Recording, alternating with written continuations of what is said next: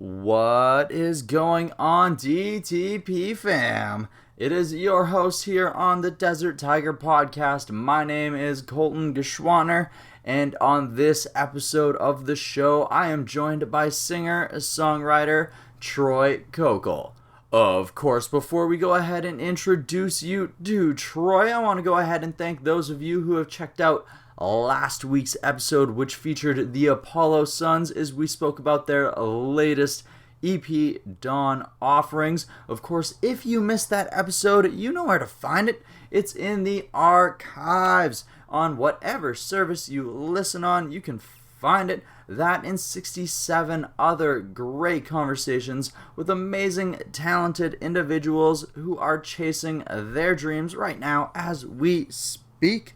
And of course, one more thing before we kick this thing off, I want to go ahead and mention I love DTP.com because that is the best place for you to go to support the show and to make sure that it continues to grow. Yeah, that's right. Alright, like I said earlier, my guest this week on the show is singer-songwriter Troy Kokol as we discuss his latest album, Lonely Ghost, and we're going to take a deep dive into the latest single off of that album. It is entitled Lightbulb. And of course, Troy actually taught himself some claymation and a bit of animation so that he could create this music video himself. Of course, he was a cartoonist a bit earlier in his life, as he's going to tell you. So it's only a natural transition that Troy would want to learn these new skills. And you're going to find out that Troy is actually very, very driven by learning new things, by adapting to the world around him. Of course, Troy got his start as a songwriter, teaming up with his wife, Joni. One of the first songs they ever wrote together actually ended up becoming a Canadian country music hit back in 2006. And before that, he had never actually really stepped into the country world. He wasn't really about that life. So how does one go from not really knowing much about country to suddenly being invited to some of the biggest award shows associated with the genre and actually picking up awards in some of those award shows, such as the Canadian Country Music Awards? And something that I find very beautiful and something that you're going to hear Troy say during this interview is Troy built his wings on the way down. A lot of people don't really start at the top of an industry where suddenly everyone's eyes are on them and the pressure is on to repeat. So how does Troy transition from not really pursuing a musical career to suddenly being one of the top songwriters in a very popular genre in North America? And of course, from there, where did he transition to wanting to record and write his own music? All of this and more in today's conversation with my guest, Troy Kokol, as we discuss his latest album, Lonely Ghost. And of course, would it be an episode of Desert Tiger if we didn't kick things off with Troy's latest single? Of course, that being Lightbulb, that single that Troy taught himself some animation and claymation for so that he could go ahead and create the video and accomplish his vision himself for that. And of course, I highly recommend that you head on over to YouTube at some point and check out Troy's work on the video for Lightbulb yourself. And I know that's something that Troy was possibly very nervous for, was the release for this music video. Of course, it being his first one that he had created and released into the world by himself. And of course, nerves is actually the main topic of the video, and of course the song. So maybe, hopefully, this song inspires you to get past your nerves and shine bright, just like a light bulb. We've been talking half the night, but I'm just hearing voices in my head, telling me just watch your step, mind the gap, boy, look out for the edge. 'Cause I've been broken before, picking pieces off the floor, but I'm still looking for a girl like you. I'm a little fragile, shattered and bruised. Yeah, I got a little black and blue, so gun shy, looking for a girl like you. I'm just a light bulb in a box, tape shut full of rocks, and I'm just tumbling down like a light bulb in a box. Yeah, I'll be turned to dust if I keep tumbling down, tumbling down.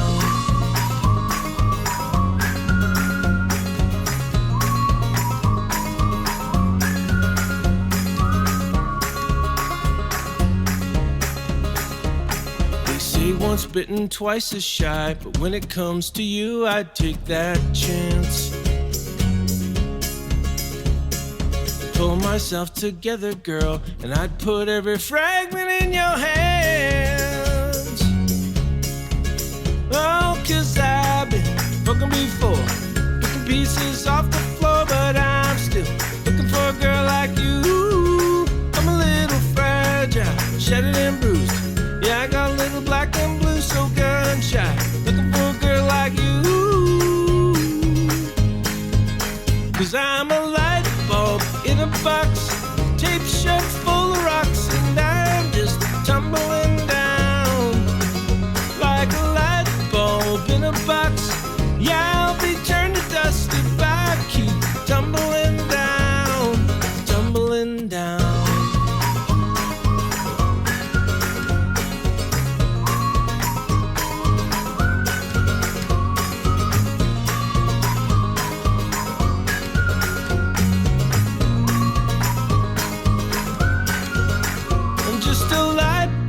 In a box, tape shut full of rocks, and I'm just tumbling down. Just a light bulb in a box. Yeah, it won't take much if I keep tumbling down like a light bulb in a box, tape shut full of rocks, and I'm just tumbling down like a light bulb in a box. Yeah, I'll be turned to dust if I keep tumbling down, tumbling down.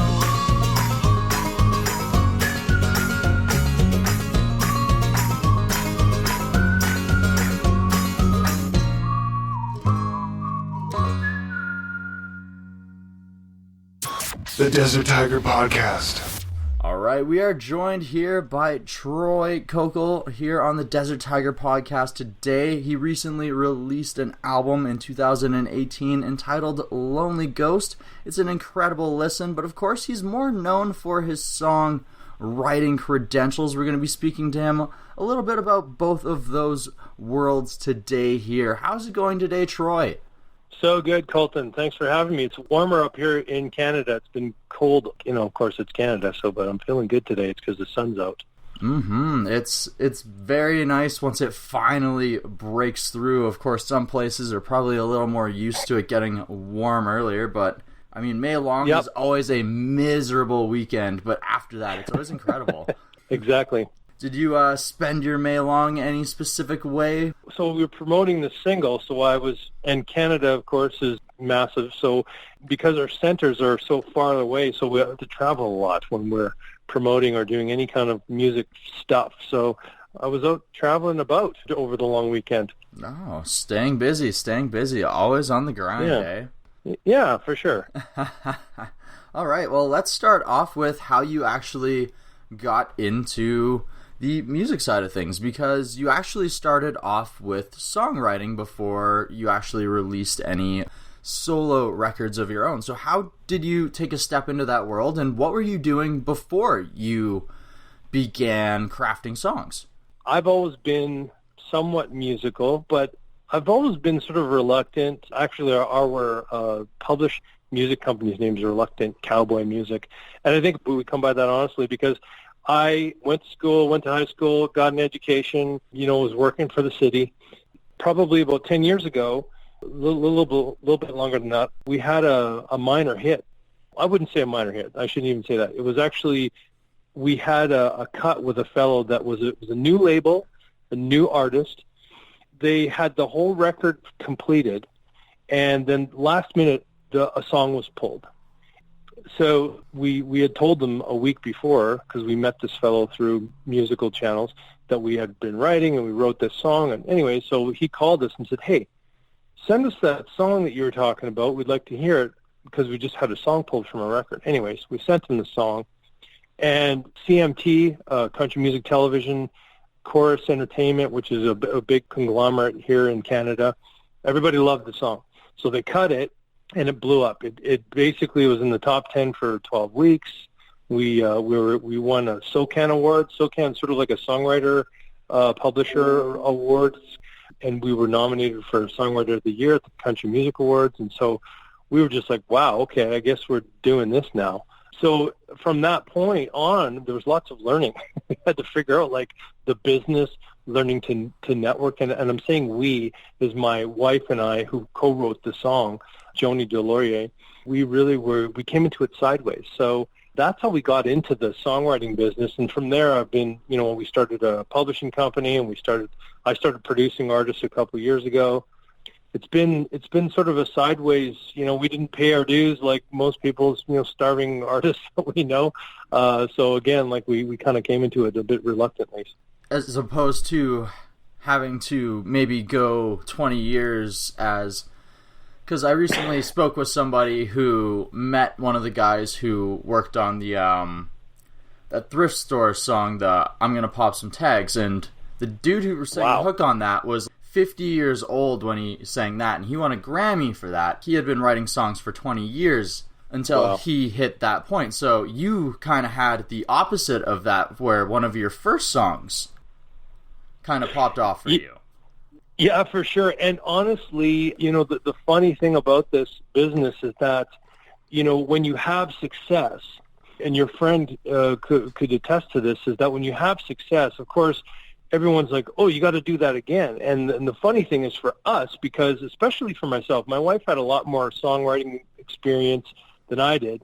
But, once you have success, people want you to just repeat it. And part of the whole process for me is like, man, I got to learn how to songwrite first, because this thing was just like a serendipitous, act of God kind of, who knows if that'll ever happen to anybody again. Because, here's two people, full-time jobs. All of a sudden it's like, we're on national television talking about the song we wrote. And we're like, I don't know. Is it ever going to happen again? So I think, what ends up happening is that I had to really kind of like, okay, let's keep our heads on here. Let's take the long, slow nickel kind of thing and learn and be patient with it and understand that it's like, we're probably not going to be able to do this maybe ever again in our lives. But if we're ever going to get to that point again, we need to accept the fact that we're going to have to spend some time to learn and to, to cut our teeth. And so I feel like that move on our part was kind of, smart, in the sense that we didn't really kind of burn ourselves out. Because I do see a lot of people that have early success, and I think it's hard on people, especially if you haven't, quote unquote, earned it, like your friend with the Macklemore song, because he understands it's like, man, it's tough. So just be patient, just be, slow and steady wins the race, So I really respect that. I respect those 20 years. I haven't put that in yet, and hopefully, once I have, maybe I'll get me a Macklemore cut, That'd be great. Possibly. It was just a friend of a friend who had met the guy. Unfortunately, I haven't met him myself, but still, just, gosh, that 6th degree or whatever it is, Yeah, totally. That song that broke, that was Pickup Truck for Shane Yellowbird, right? Yeah, you betcha, yeah. So that, of course, is a very classic country song. Like you said, Chorus Entertainment's really big on that. You guys are suddenly on CMT, which is the forefront for Canadian music television, and it's on millions of televisions across Canada and everything else. But were you even like much of a country music person before this even all took off? Great question, because I wasn't. So when I got into this whole songwriting thing, you know, when I got out of college, while I was in college, I wanted to be Nirvana or, you know, Nickelback, or I wanted to be something cool, you know, or something at least 3-piece rock band. And when I brought one of my first songs to my guitar player, he's like, dude, that is like so country. And I'm like, no, it's not. You know, but the thing was, is I grew up in a small town around country music folks and listening to that all the time. And I really kind of gave up on it just because it's like, I can't write music. You know, I really believed that I couldn't do it. So my wife was very much into country. And when we had this, you know, early success, she gave me little CDs, and she's like, hey, you gotta learn, you gotta bone up on this. We can't go to the music awards and have you not knowing all the major artists. So I had to seriously do like some mega homework for the first year or 2 years, because I didn't know anybody or anything about anything. So I not only didn't know about the music business, but I didn't know about the country music genre.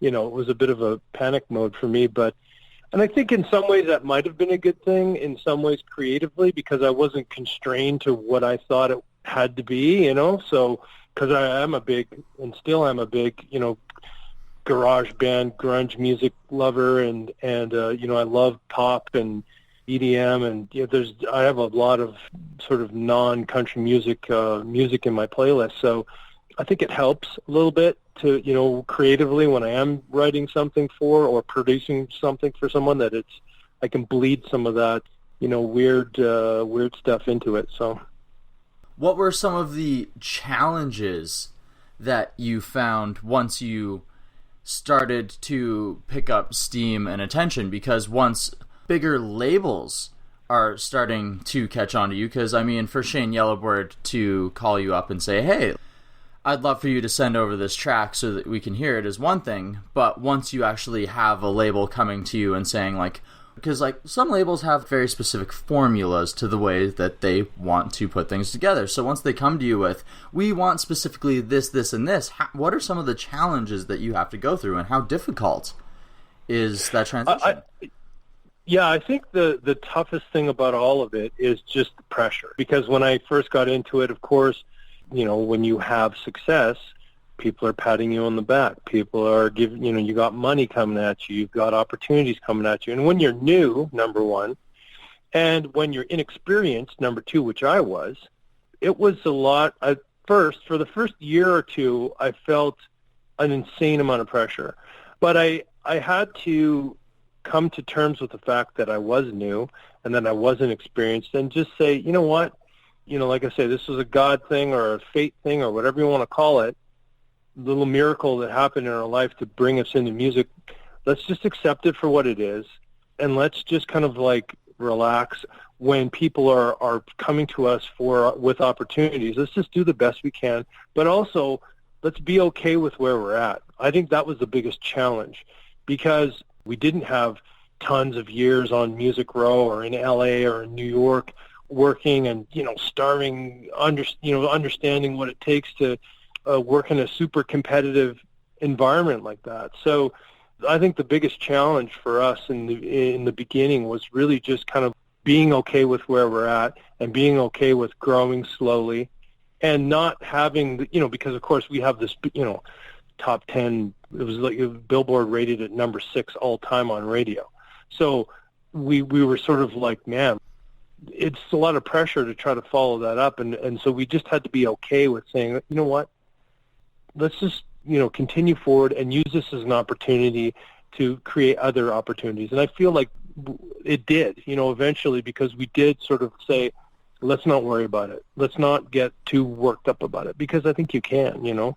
Definitely. And yeah. If you let the pressure get to you, you're going to start to second guess every part of every song. 100%. And you know, at first, after about the first 2 years, like what I realized is because of that fear and because of that pressure, my writing got worse because I was new and inexperienced and I'm trying to follow. And what I didn't realize is, like, you know what? You're a creative being just on your own. Nurture it. So part of this record that that that you're listening to and the record before that were really me sort of sitting down and getting into a space where it's like, I'm just going to write a song about how I feel today and just be creative and not try to constrain it with, the commercial music norms, and try to, I'm not going to worry about how long I get into the introductions and how long the outros are and all that kind of stuff. And, eventually what ends up happening is I've got this collections of songs that I really, really love that have nothing to do with commercial music, and that's why, they're more folk Americana. I think, it allows me, it affords us the ability to do something creative, but also when we're in those co-writes or when we're producing the music, we can be a little more free with it and not be so constrained by the fears or the needs of the artist, because everybody, of course, in the business, and you would know this as well, Colton, talking to all the people, is that there's a lot of fear and apprehension and desperation, and people are forever trying to, get a leg up any way they can. So I think that plays out negatively in most people's careers, So we just decided that, hey, we're not going to do it that way if we can help it, So definitely, yeah. Try and avoid the negativity of it all and try and continue. Yeah, 100%. Yeah, like just be joyful about it and, and love on people and help people out. That was one thing that I do a lot of, is we help people out. And that kind of attitude I felt has been more nurturing. It's helped my creativity, but it's also helped my connections. And it's made me feel like it's not such a big deal. I'm not saying, having success on radio isn't a big deal, but I'm just saying that, in the scheme of life, there are a lot more important things like making friends and enjoying your experiences and living in the moment, So I try to, live like that as much as I possibly can. So it's just to say, like, if you had the goal of making the billboards again, that's a good goal. But if your goal was to beat the song that made number 6, you may never do that, and that might drive you crazy, right? Oh, for sure. And it turns something that should be joyful and amazing and something that is filling, it turns that into a soul-sucking, just, you see people that are doing that are living that out, and there's no good comes from that. It's not worth it. It's just, I'm much more interested in meeting people and making connections, and, because to me, that's what matters, and so the music is a great vehicle to, make that happen, to accommodate that. So, and some of the best part of those songwriting meetings and sessions is the memories that you create with those people inside the room. Oh yeah, for sure. And I mean, you get to learn about, different people's experiences and which ultimately helps you learn about your own experience and helps you grow as a human being. Because truthfully, I always tell this to new artists I'm mentoring. It's like, probably 50 years from now, nothing that you're ever going to do is going to be remembered. No one's even going to know you existed. So knowing that today, if you knew that nothing that you created was going to be even on anyone's radar 50 years from now, how would you behave differently? You probably live in the moment more and just enjoy it. And if you have some success, just be proud of it. And, help other people if you can help them, and just don't make it a do or die thing. And like it matters as much as it, because at the end of the day, it really doesn't. As long as you were, able to help somebody connect to some emotion, or you're able to have someone, enjoy their day because they like your song, then you've done it. You've accomplished everything you need to accomplish. Everything else is just luck and circumstance, and as far as I'm concerned, anyway. Well, there's so many factors that go into things. Some of them you can control, some of them you can't control. You can write a hit song. Exactly. It's when does it hit the market and who hears it and who puts it where, all factors into exactly how big of a hit song that song truly becomes. 100%. Agreed. In 2009, you made, like you mentioned earlier, you made the focus to actually release some of your own music and release some things that spoke to yourself personally. So, transitioning from songwriting to other people to creating your own album, had you became a producer yet at that point, or was somebody else helping you in the studio for Lost in the Metaphor?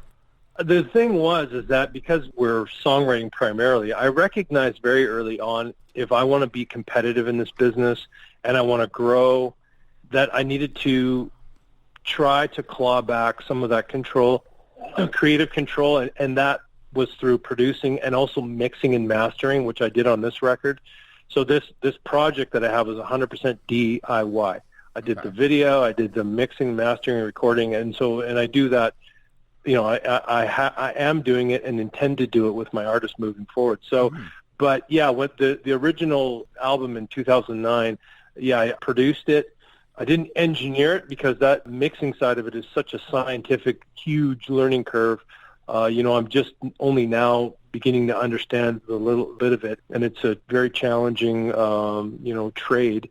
But yeah, so 2009 was that's when I really started producing for myself, and I started producing for others as well. But it's only been in the last couple of years where I've been, you know, sort of doing producing, mixing, mastering for other artists, you know, sort of full time, along with the songwriting and doing my own little, you know, this project as well. So my plate is full.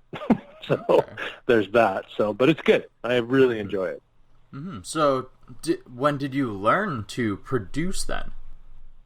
Well, it was kind of everything that I've done. Because I came into it late, I decided early on, it's like, I got to build my wings on the way down. Even with this project, with my video, I was literally learning as I'm doing. Because I used to be a professional cartoonist when I was in college. I did like panel cartoons, Far Side-ish type stuff. Mm-hmm. And, you know, and I was with King's Feature Syndicate in New York there, and it was great. I mean, talk about no money in music. There's like zero money in cartooning, I'll say that. You do that definitely because you love it. So I wanted to do stop motion, but as I'm going along doing the stop motion thing, I realized, like, man, how do I do this or how do I do that? I'd get to a point where I need to figure out how to do this kind of technique. And so you know, for me, learning to produce was the same thing. When I did my album in 2009, I just decided, okay, I really have to learn how to do X. And so I would go onto YouTube and say, you know, how do I do this? Or how do I, you know, comp vocals, you know, and and that was really helpful. And I had a couple friends help me at key points. But yeah, I learned as I went. You know, it's kind of a scary process because, you know, I had these in Canada. There's grants and you can get money to do your projects. But when you do get that money to do your projects, you have to follow up on a date. So I had these dates that I had to follow up on, and a bit daunting because it's like, hey, I have to hit this date, and oh, by the way, I have to learn how to do it. You know, so it was a bit frightening. So you've been very hands-on from the beginning, learning as you needed. Yes, definitely. And I feel too, you know, and I'm especially for females in the business. I'm a big advocate of female artists, producers. You know, if it was my choice, it would be half women, half men, because I think women are incredibly creative and awesome. You know, I always encourage new artists. It's like, man, learn the tools. Because, you know, the minute you're reliant on somebody to create your music, well, someone's going to be making money off you, and their goals are not in alignment with yours. Mm-hmm. You know, as an artist, your goal is to do great work and to have people connect with it. And as a producer or as a record label, your goal is to make money. And if that money happens to be in your pocket or your parents' pocket or your uncle's pockets, it's like they don't really care where it comes from. And they're not super concerned once they got the money, whether or not, you know, there's more left at the end of it. So I'm always very much a proponent of artists, and especially females, taking control of their creative life by at least learning some of it. You know, I've taken it to the nth degree. I don't think everybody, you know, necessarily is wired that way, but I definitely feel like as artists, we need to take control, you know, of our destinies, and that way you can, you know, it's so much easier to share your creativity and the beautiful stuff that everyone makes. Well, and I 100% agree with that, because even with this project, like, I learned how to edit the audio as I was building the podcast and everything else. Yeah, and imagine if you were reliant on an engineer or somebody to do that for you on your behalf, or to, then all of a sudden your dreams and all the things that you're trying to accomplish in your life are reliant on someone else. And hey, by the way, they may take you for a bit of a ride on the way there, and and I think it's so important. So yeah, agreed 100%. Well, it's very hard to make sure that somebody's vision aligns with you, especially when it comes from a label standpoint where their main concern is monetary, and they can walk into the room and when you first sign the deal, they'll say yes, they'll agree to everything that you have to say, and that, no, yeah, we totally agree with this vision. But if sales don't necessarily go how they want to see things, or if they don't see things working out necessarily, then suddenly they're going to start putting their hands into things a little bit more than you thought that they were going to. Exactly. And I think the other part of it too is to recognize from an artist perspective, like I always tell artists, it's like, remember, just always try to think about, whomever you're connected with, or whomever is your resource, just remember that they have a goal and a vision. Like radio is selling advertising. They have nothing out. They're not trying to, ruin you as an artist and not add your song. They just need to make sure that the listeners don't shut the radio off. So there's a reason behind it. So same with producers, same with labels. I mean, they're all business models that have nothing to do with you and your art and the beautiful things that you're doing. And they, and that's why I think it's so hard, because artists are like, I'm an artist. You're artistic. It's like we're fragile creatures. We're like, it's like, our poor little souls are just hanging on by a thread, and we go into these, these situations with people that are, especially now, these businesses are doing everything they can to claw that money back. So yeah, it's the concern of what your goals are zero. Especially once you get into the big, big picture with big businesses. It's like, man. Mm-hmm. Yeah, so I think, taking control of your own life and making sure you're watching out for yourself is so important. Big props to anyone who's doing that. All right, we're going to take a short break from this conversation with Troy Kokol. Of course, we're going to be playing you another track off of his album Lonely Ghost, one that we're going to be speaking about just ahead here very shortly, so you're definitely going to want to hold on for that one. Of course, before we go ahead and play you that track, you know what it is. I want to talk to you guys about ilovedtp.com. You guys know that the best free ways to support the show are to subscribe, rate, review, and to share the episodes of the podcast. But what about those of you who want to take it one step further in showing your support for Desert Tiger? Of course, the best place for you to do that is to head on over to ilovedtp.com. That is right, ilovedtp.com is where you are going to find yourself the finest in Desert Tiger podcast merchandise, so that you can rep the show every single place you go, in front of your friends, in front of your family, hell, in front of your enemies. Because who is going to stop you when you are out there chasing your dreams? Sure as shit, not them. So go ahead and order yourself the latest in Desert Tiger podcast merch. Hats, they're coming soon. Tank tops, they're coming soon. I know that I said that very recently, and maybe they should have been out already, and I totally acknowledge that I have dropped the ball on that, but that is okay, because they are coming to you, to the web store in the month of June. What web store? ilovedtp.com. And of course, when you make your order, you're gonna go ahead and get yourself a handwritten thank you note from yours truly. If you would prefer a phone call, how do you go ahead and do that? Why, you go ahead and put your phone number inside the order comments when it says, do you have any special things that you would like to do? Well, you go ahead and you put in your phone number, and when I have the time at a reasonable hour of the day, of course, I know that we all live very busy lives, I'll go ahead and give you a shout. We can talk about what your favorite podcast episode is. We can go ahead talk about who you think you would like to hear on the show. We can go ahead and talk about what your cat did yesterday that was completely outrageous and silly.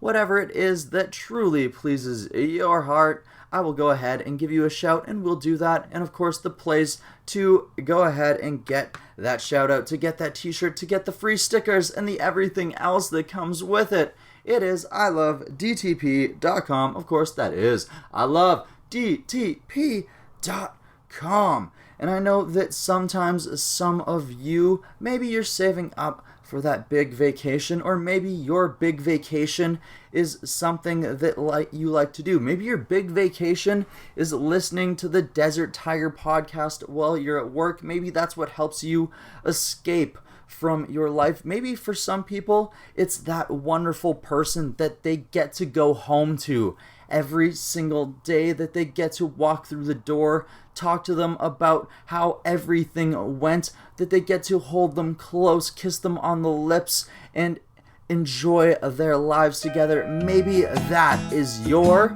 big vacation. Sometimes when life is too hard, I just get in the car with you, and I just find us a roading wherever we go. Your blue eyes seem to always send me to far off places that I've never been before. I swear there's days when I just want to throw up my hands, but then you're there and you talk me down off the ledge, and somehow again you take me somewhere better. There's a change in the weather when we're together, 'cause being with you is like a big vacation. All we gotta do is find a radio station and turn it up loud, and there ain't a cloud in the sky.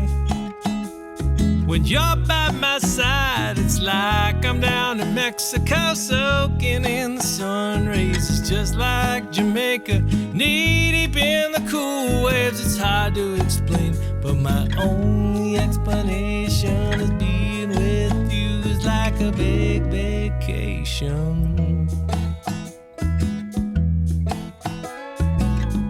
We go for weeks where there just isn't one single minute to spare, and I know we dream of a day when I'll take you away from here, but till then, no use crying. I'll keep you warm and smiling like we're off on some island, 'cause being with you is like a big vacation. All we gotta do is find a radio station and turn it up loud, and there ain't a cloud in the sky. When you're by my side, it's like I'm down in Mexico, soaking in the sun rays. It's just like Jamaica, knee deep in the cool waves. It's hard to explain, but my only explanation is being with you is like a big vacation. It's all 6 a.m., stack of bills, gray skies and beeping horns and breakdowns, till you come around. Being with you is like a big vacation. All we gotta do is find a radio station and turn it up loud, and there ain't a cloud in the sky. When you're by my side, it's like I'm down in Mexico, soaking in the sun rays. It's just like Jamaica, knee deep in the cool waves. It's hard to explain, but my only explanation,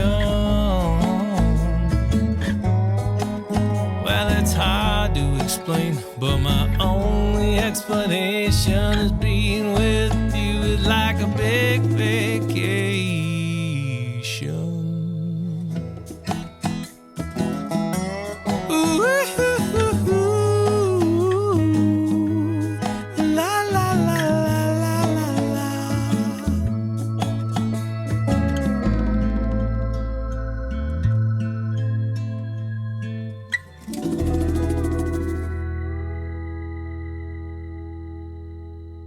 The Desert Tiger Podcast. From Lost in the Metaphor, you took quite a bit of time in between that and Lonely Ghost here. So was there a conscious effort for doing that? Were you just concentrating on producing other people's music in between there? Honestly, just time, because I've always had a job up until about 3 years ago, because I was always been like, man, I am not doing music full time. It's, because I like knowing where my paychecks come from. I'm a super practical guy. For me, I only left work like 3 years ago. And so, but up until that point, I'm producing other artists. I'm writing songs for people. We're traveling. We're doing all this stuff. And it was great, because I had a job working for the planning department at the city of Calgary, and, there's lots of money there, and we can do our stuff and, have our cake and eat it too. But unfortunately, I didn't have any time to do anything except for just, music and work. Trying to do like my own project was really tough. It's only been in the last while that I've been able to have at least the time to take all the songs that I've written and like put it into a form. And like I said, because I decided to do everything on this one, I did the recording, mixing, and mastering, and this video. And so that's why it's taken so long, because we've been just, going 40 hours a week at work and then come home and do 20, 30 hours a week, doing our stuff in the studio. So time was scarce. Big time. I can imagine that like people you work with are happy that you're doing well, but when you're trying to take off time to go to the CCMAs or to do a writing session, they're a little less enthusiastic some days. Oh yeah, for sure. And, I mean, honestly, when I worked at the city of Calgary, they were amazing. I mean, because I'm super responsible, and I'm also very, like, I'm punctual guy, and, I show up when I say I'm going to show up, unlike most people that we meet in our music business. When I did have to go, everyone was really supportive, to be honest, was surprisingly supportive. And even when I left, I mean, my boss was like, you need to go do this, like you need to go chase this thing. Like you've got something going on, and don't let it pass you by. And so, it was like that. We had that kind of support. So it was, they told us the door was open. And so we were ever so grateful that we had those kind of people in our lives to just make you feel like, yeah, this is all right. It's not going to be a huge disaster, and we're not being crazy or irresponsible by taking a chance on our talents. So definitely, it makes things a lot easier when the people around you are saying, no, man, you have to do this. Yeah, for sure. Made us excited about it. All right, so from leaving the city of Calgary into the creation of Lonely Ghost, how do we transition into this? Once you're in control of your own world, you're spending some time producing and helping co-writing for some own artists, but once again, you're starting to craft some things for yourself. How does that finally feel to, once again, start putting some things together for your own voice? Awesome, of course. Like being able to have these songs, like I said before, Colton, I wrote these songs as a creative exercise to break out of the constraints of the, commercial music world, and just to, nurture my creativity. And so to take those, my crazy weirdo songs and to put them on a record was super fun.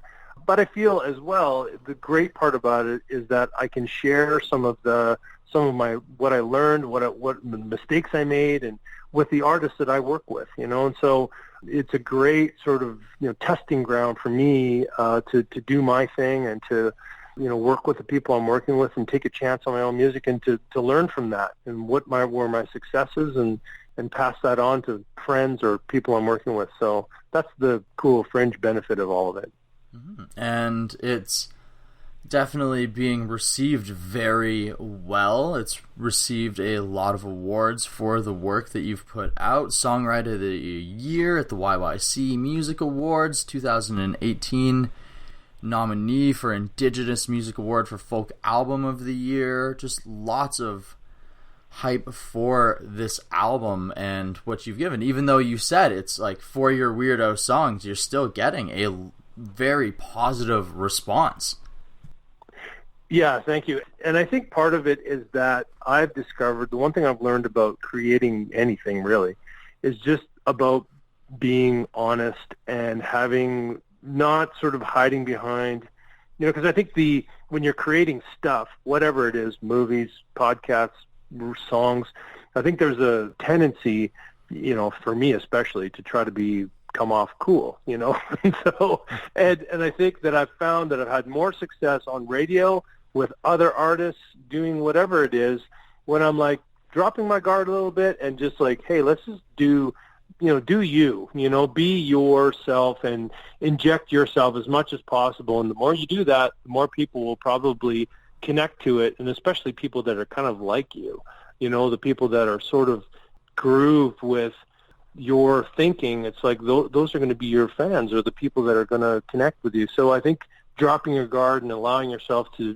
like I said, be a little bit of a weirdo, it allows you to connect with other people that are like-minded, and that's what I think really creates that, like the connection, but also gives you a career in whatever you're doing.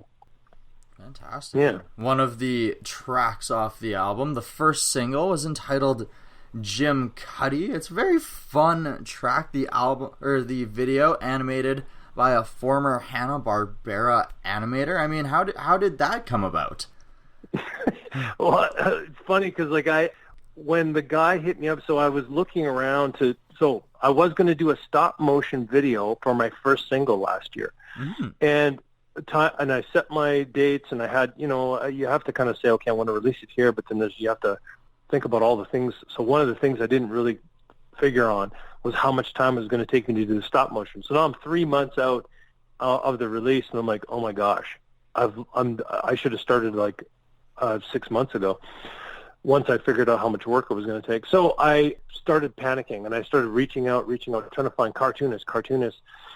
And there was lots of artists out there, but I wanted it to be quirky and fun, but I also wanted it to feel a little cartoonish, but not too much. And anyways, I came across Reggie Entienza, and because I had already written the screenplay, I had already done, this is exactly what I want, here's the images I want, the scenes I want, and how long they need to be. So a lot of that pre-work was done. He wasn't necessarily cheap, but I could afford him because I had basically done a ton of work up front. So really all he had to do was come up with the character sketches and then just fill in the blanks. And the amazing thing about it, though, was that he was able to create this video, but then also add some of those cool circa 1980 cartoon type effects, things that I just, that a pro does, without even thinking about it. So it was just, I felt like, man, I got lucky here just finding this guy. So, and one of the things about cartoonists, and I know guys from Disney Pixar because I work in the children's songs. I write children's songs as well.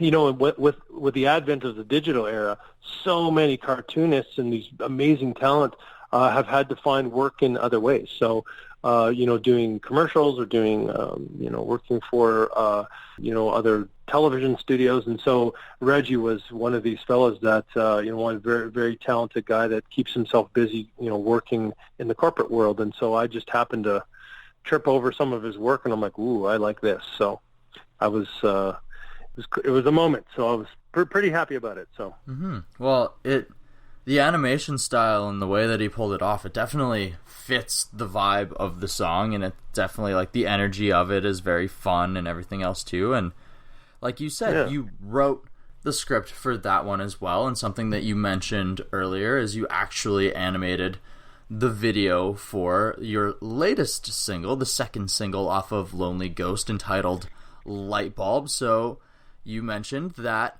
you maybe bit off a little bit more that you could chew in time regards for the first single. So once you release that single and you decide that you still want to go about animating the second one, do you just get right to it, knowing that there's a lot more work this time around? Yeah, for sure. And and the other thing too is that we were talking about me sort of building my wings on the way down and learning as I go. That was another process where it's like, okay, I'm going to do stop motion. I think I'm going to do claymation. I just decided this. I've never done claymation before, so I'm like, how do you do claymation? Claymation 101, Google, and then I'm like learning about armatures and clay and different paints, and oh my gosh. And I'm building this set, and I'm like, where do I get bricks that are like a half an inch by, because I want to build this brick wall, and it was just, so every step of the way I built the set, but it's even like, where do I get a cup that's 3/4 of an inch high, you know? So all of these little challenges along the way, I'd started I said 9 months, but it was really a year before the video came out, just kind of like figuring out what are the characters going to look like, what am I trying to say, what is the story going to be like, and so it was a process for sure, but I had so much fun doing it, and so I think if I wasn't interested in animation, I would have never undertaken that task, and because I'm producing and songwriting during the day, I had to basically work on it while I was, watching Netflix with my wife or in between projects. So, which, I probably could have got it done a lot faster if I had had the time, but I think it was good in a way because it allowed me to think on things and to consider whether or not, was that a smart way to do it? So there's stop motion in it, there's real animation, and then there's computer graphics as well that I did all of that it was all time saving to try to not have to do the whole thing in stop motion. But I think it keeps it looking at least somewhat, it keeps your eye moving, and it's maybe a little more interesting than if it were just stop motion. So it was a task though, for sure. Mm-hmm. So you had to not only learn stop motion, but you also had to learn what animation program were you using? I used a program called Flip-A-Clip. It's like I had this Huawei pad, and I'm like, okay, I'm going to do this animation on this thing because you can draw on it. And like I said before, I cartooned professionally for a while, so I had at least some skill to do drawing and stuff like that. So I felt confident that way, but it was even like, okay, well, how do I take this 12 frames a second thing and then export that and then get it into Final Cut Pro and make it look like it belongs with this stop motion stuff? And it was a bit of a chore. It was every challenge. I just thought, okay, well, somebody's done it before, and I would just Google it or look it up on YouTube, and lo and behold, the answer would be there. So it was a lot of faith, a lot of sweat, and worry about whether or not I was going to be able to pull it off. But so it was an interesting project. For crafting the scripts, how strongly does it relate to the lyrics of the song? Quite a bit. So the song, I came up with the chorus when I was on my way to a co-write. And I had this, I'm a light bulb in a box, taped shut, full of rocks, and I'm just tumbling down. I thought, that'd be kind of an interesting sort of thing to write about.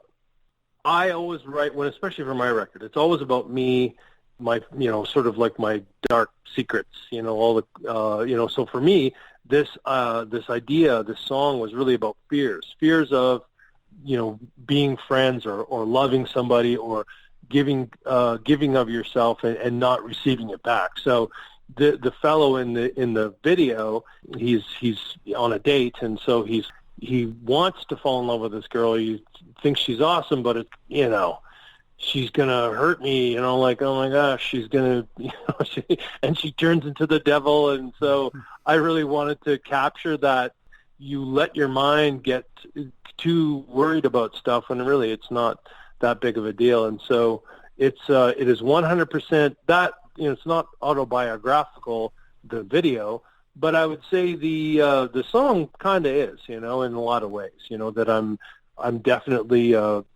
live in a little fearful box sometimes and don't put too much thought into things. And this is how I grow and learn, is by venting on my songwriting. Well, and I mean, especially after you take a big step into becoming your own boss, I mean, that is definitely something that it can create a lot of fear emotions. Oh, for sure. 100%. Yeah, agreed.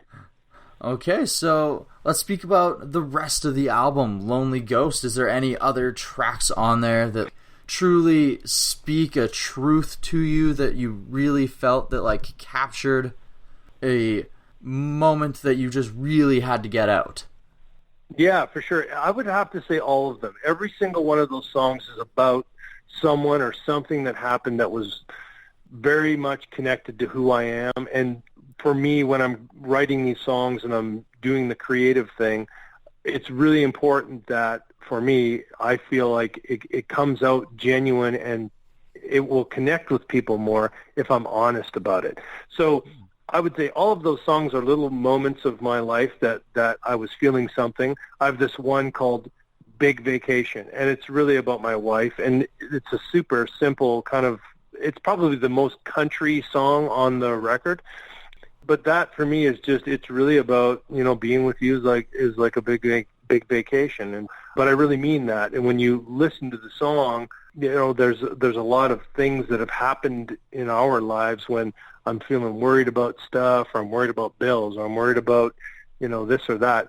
But my wife's the kind of person that just, man, the sun's shining every day. So I would say that all of the songs, including Big Vacation, are definitely experiences, direct experiences that I've had with something, So, yeah. So it's basically, yeah, I'm just letting all the cats out of the bag all at once. Okay, that's Big Vacation is actually one of the songs that I've really, really found myself enjoying on the album, which was very odd for myself because, like you mentioned earlier, not being like a true country person, like I grew up in Saskatchewan and I grew up on a farm and raised by country music. I was not about that scene at all. But like I must say, this album was like a very good way to get my foot into the door because that song caught me and I was like, man, this is country. And if you would have played this for me a decade ago, I would have walked away. I would have told you it was terrible just because I had that mindset built within my mind. And it's like, honestly, listening to it, one of the best tracks on the album, and I've listened to it numerous times. I sent it to one of my best friends who loves country music back in Saskatchewan, and she loved it. That's awesome.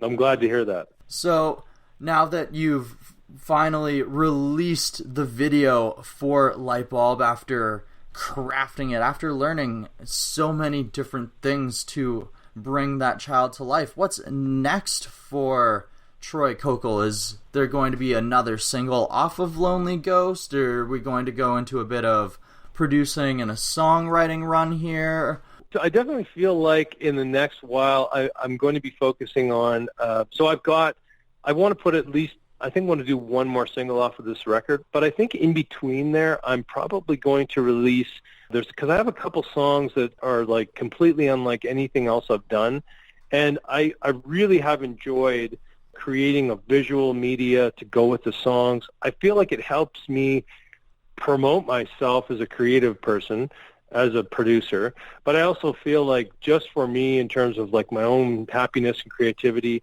it's a great thing. So I definitely will do another single off of this record for sure.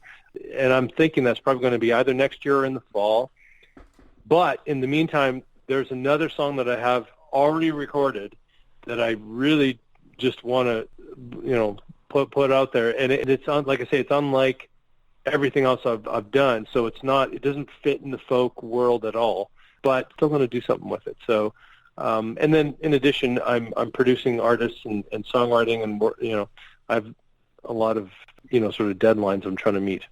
So I've got people texting me saying, "Hey, where's my stuff, man?" And the other thing is that my wife Joni Delorier is we're actually recording her CD coming up next month. So I've got that on my plate. Oh wow! So tons of things on the docket. So possibly, maybe help Joni with some music videos too. Maybe. You betcha. You bet. I mean, what would you be a supportive husband if you didn't? Right? Oh yeah, totally. Yeah, and to be honest, me leaving the city and doing this, a big chunk of what I'm doing is to help her.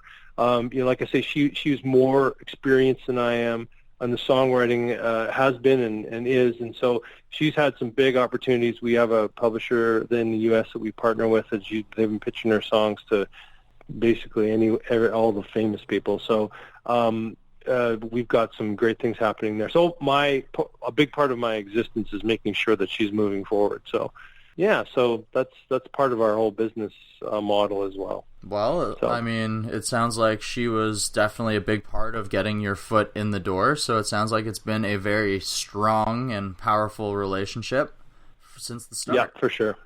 Yeah, you bet. You know, she is my secret weapon when it comes to meeting people, and because she's just, everybody loves her, and she's kind and very incredibly talented and wise, and so and it's great that we get to do it together, so we can move through this world and experience all of this as a couple.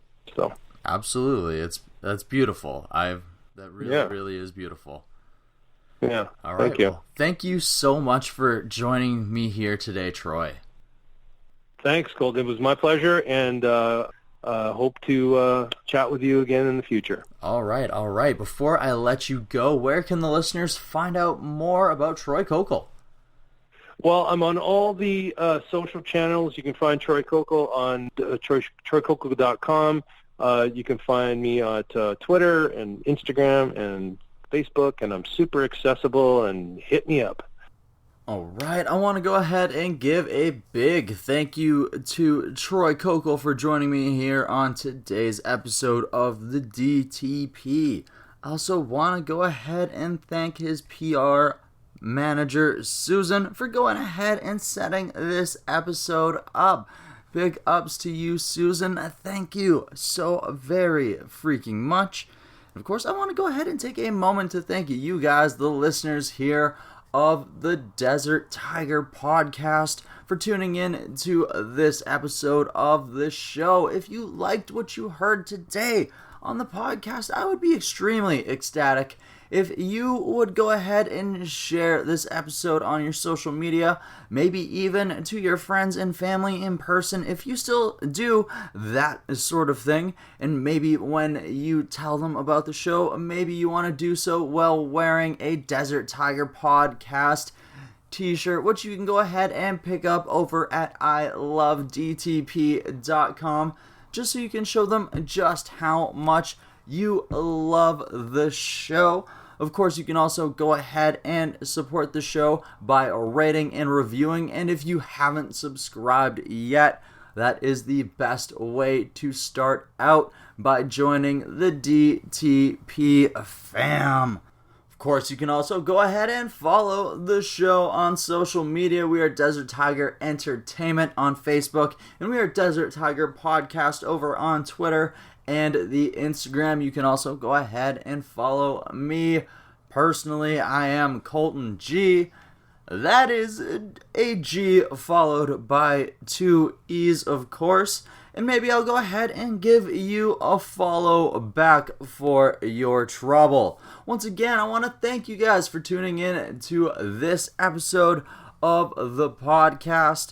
And until next episode, I'm going to let you guys go so that you can go and check out that music video that Troy created for that single Lightbulb. And of course, that you guys can go ahead and enjoy your own personal big vacation.